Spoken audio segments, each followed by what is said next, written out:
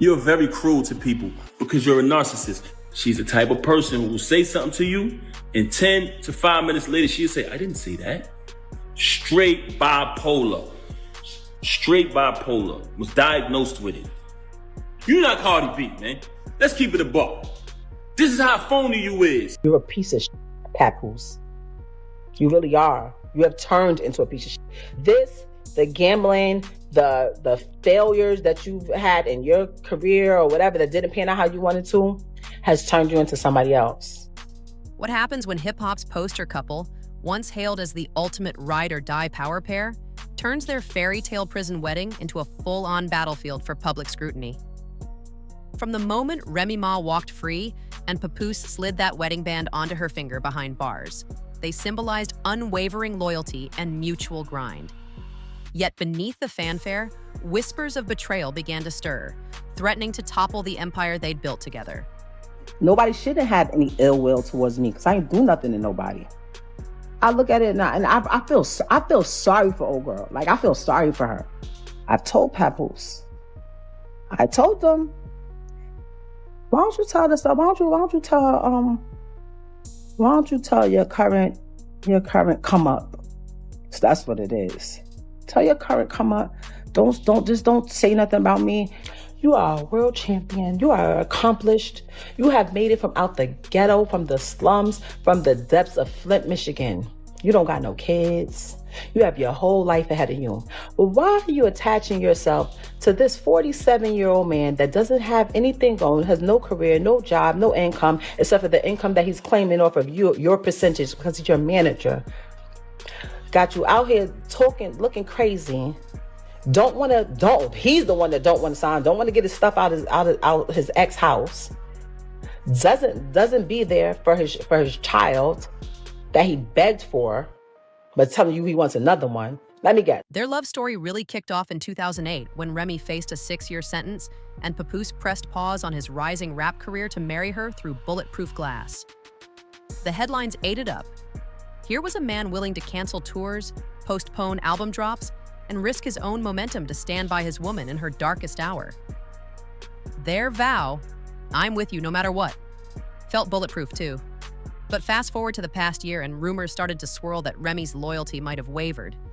Word on the street pointed to battle rapper Eazy the Block Captain, one of the first artists she signed to her own label, as her alleged late-night confidant. Studio insiders whispered about clandestine sessions and phone calls that went well past curfew, suggesting a shift from penning bars together to something far more personal. Because guess what? I'm such a real one. I know the procedure when somebody goes to prison. I know the procedure. So it was never about infidelity. When I came home and I went straight through that phone immediately. I know what was up. When I had to, he's telling you he want a son, right? He has a son. He has a son. He just doesn't like his son's preference, so he acts like he doesn't have a son. He has a son. We have a son. What are we talking about? I literally told my friends, they was like, yo, you think he ever gonna leave? I was like, when he finds a replacement, when he finds someone who we think he can have doing all the shit that I was doing, then he'll leave. Girl, man, don't nobody fall in love faster than somebody with nowhere to stay. I don't even know who he is today. Let me rephrase it. Meanwhile, Papoose's own reputation wasn't as spotless as fans believed. Leaked receipts hinted at a budding connection with undefeated boxing champ Clarissa Shields, the undefeated champ with no kids and a record to back it up. Right when his marriage with Remy was fraying at the edges. Suddenly, Pap was more than just a husband in the rumor mill. He was portrayed as a man hungry for a fresh start, aligning himself with one of sports' brightest new stars. As the chatter heated up, divorce papers lingered in legal limbo. Remy didn't hold back, publicly grilling Papoose. Why drag this out when it's clear we both know the truth? Pap shot back on social media claiming he ghost wrote hits like Conceited, only to watch Remy's royalty checks roll in with someone else's name on them. What began as a love-fueled saga had devolved into a gritty dispute over who deserved what portion of their shared legacy and their combined bank accounts. Because the person that I married in 2008, that's not who this is now. Now he's a wife. Fight baby mothers at mother-in-law's houses on Thanksgiving. I knew that girl wasn't lying about what she was saying was going on while I was saying. I knew she wasn't lying. I just was mad. I knew she wasn't lying, though. If we keeping it a bean, I knew she wasn't lying. This money tug-of-war revealed the true power dynamics of their union. Remy flaunted her bank statements, insisting she'd covered expenses from studio rent to household bills, while Papoose responded by calling her a leech who profited off his creativity. "I wrote your biggest rhymes," he declared in a fiery clip. "Where's my credit and where's my cut of the cash?" Their finances, once private and secure, were now a public arena for blame casting. Then came the social media smackdown. Remy coined him a dusty narcissist in one viral post. Papoose retaliated with voice notes that painted her as manipulative and straight-up bipolar. Family members got dragged into the fray, half-truths and leaked messages splashing across comment sections like cheap punches. Every like, share, and retweet fanned the flames, ensuring no one could look away. Okay, she stayed for a couple days. She spent the night. She tells me, "I'm going to sleep in the guest room with such and such." I said, "Okay, that's cool." I sleep in the room by myself. Next day, same thing. I said, "Damn, babe, you sleeping in there again?" And at this time, I'm trying to be intimate with her. When there's time, she had a certain individual who she was locked up with. I always heard this person's name. I ain't think nothing of it. We had like a little dinner in the basement or whatever at the crib. So this is the first time I seen homegirl outside of when they was in the penitentiary together. So I see her at the crib. Beneath each burning insult lay a more painful wound. Remy had trusted Papoose to shield her through court hearings, prison commissaries, and fame-hungry headlines. Now she watched him parade a new romance with Clarissa, whose calm confidence in paparazzi snaps felt like a public declaration. "I'm thriving without you." That image cut deeper than any diss track ever could. Clarissa Shields' entrance felt strategic, almost cinematic. Papoose praised her hustle and insisted she'd helped him level up his image, yet sources say their alliance emerged as a calculated revenge play. By standing by a decorated champ with her own narrative of triumph, Pap sent Remy a clear message. He could replace her spotlight with another champion's shine. Trying to go down, she slipped out of it. You know what I'm saying? I'm like, oh, okay. She go this after. Meanwhile, the Eazy the Block Captain subplot refused to fade. Clips surfaced of Eazy's smooth lines and backstage meetups, while Tasha K's gossip segments claimed he'd slid into other women's DMs last November. If true, Remy's new romantic script was eerily similar to Pap's rumored past indiscretions, suggesting her fling might be a reflection of his own behavior. And Papoose's past indeed had its own shadowy corners. Word around town was that he linked up with one of Remy's baby mamas shortly after her release. A move most fans never saw coming. That revelation flipped public opinion on its head, turning Remy's potential drift toward Eazy into something more akin to counterpunching, a way to settle old scores in a very public ring. Yet both stars still positioned themselves as the aggrieved party.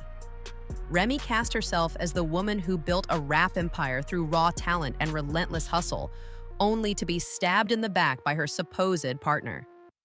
Papoose countered by painting his own martyrdom. "I stayed loyal, never asked for credit or cash, yet she still left me in the cold." As the insults flew, the narrative blurred. One moment you sympathized with Remy's betrayal, the next, you pitied Pap's ghostwriting plight.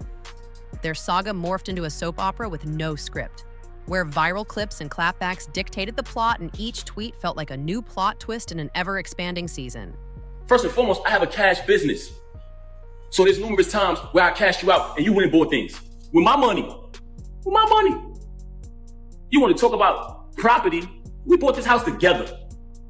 We bought it together. I wrote one of your biggest records, man. One of your biggest hits.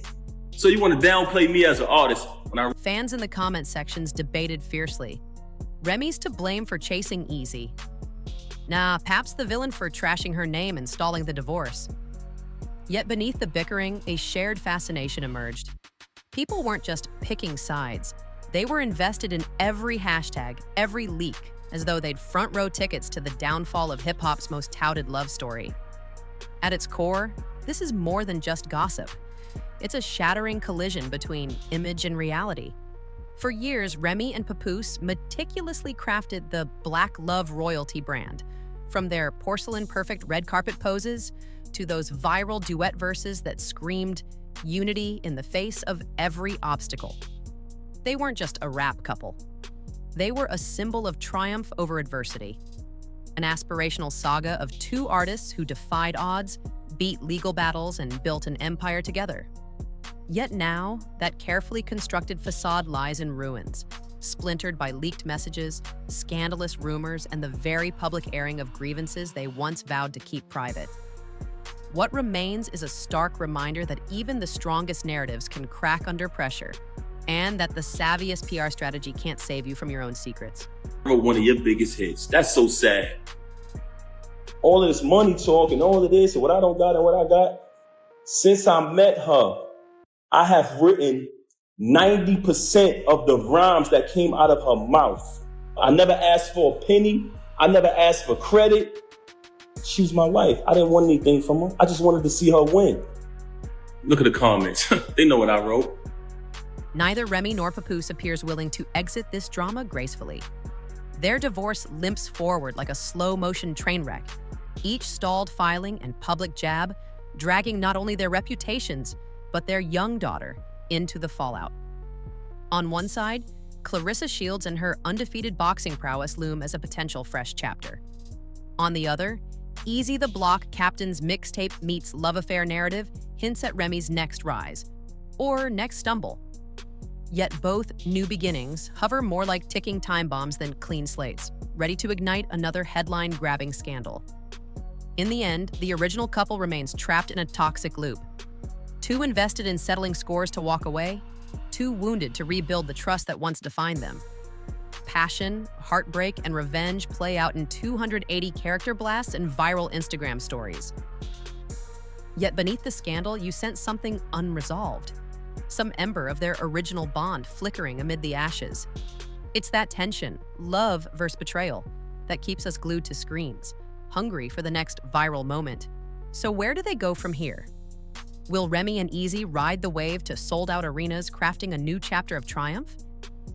Will Papoose and Clarissa script a redemption narrative that reclaims his image? Or will public interest wane before either side lands the final blow, leaving the story suspended midair? One thing's clear, hip-hop history won't forget this saga easily. They rewrote the rules for celebrity couples, celebrating unwavering support in the face of prison and prejudice, only to see that same story betray them. It stands as a cautionary example of how power and fame can both forge and fracture the strongest bonds. So tell me, who's the real architect of all this chaos? Is it Remy with her rumored late-night rendezvous? Papoose hiding behind ghost-written bars? Eazy playing puppeteer? Or Clarissa riding a revenge-driven crusade? Drop your take below, hit that like button, subscribe, and brace yourself for the next explosive chapter in this never-ending saga.